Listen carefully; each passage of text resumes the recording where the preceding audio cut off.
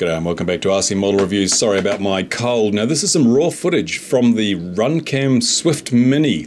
Now this is quite a challenging day. Notice there's a lot of bright cloud cover. This is the worst possible conditions for an FPV camera, and as I expected, being an HS1177 derivative, this camera performs really well. The ground never goes black, and there's always plenty of brightness in the picture. Even when I spin around and point the camera straight at that bright white sky, the ground is still fine. Now, it does blow out a bit on the highlights. This is the default camera settings as it came out of the box, so you could tweak this if you wanted to get more definition of those clouds and avoid the blowout, but I don't care too much. It actually works really well. No noticeable latency, of course, with this camera because it's a CCD camera and it just, delivers on the promise.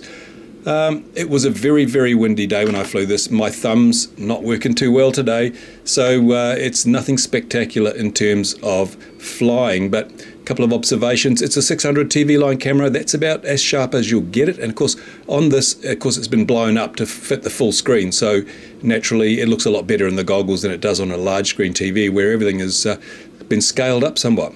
Now, I notice that with all these cameras you do have white balance. It's set to automatic white balance, so you do get some changing the white balance depending on, notice there it went kind of a different shade of green. Well, you just get that. You can fix the white balance if you want to, but most of us, we really don't care.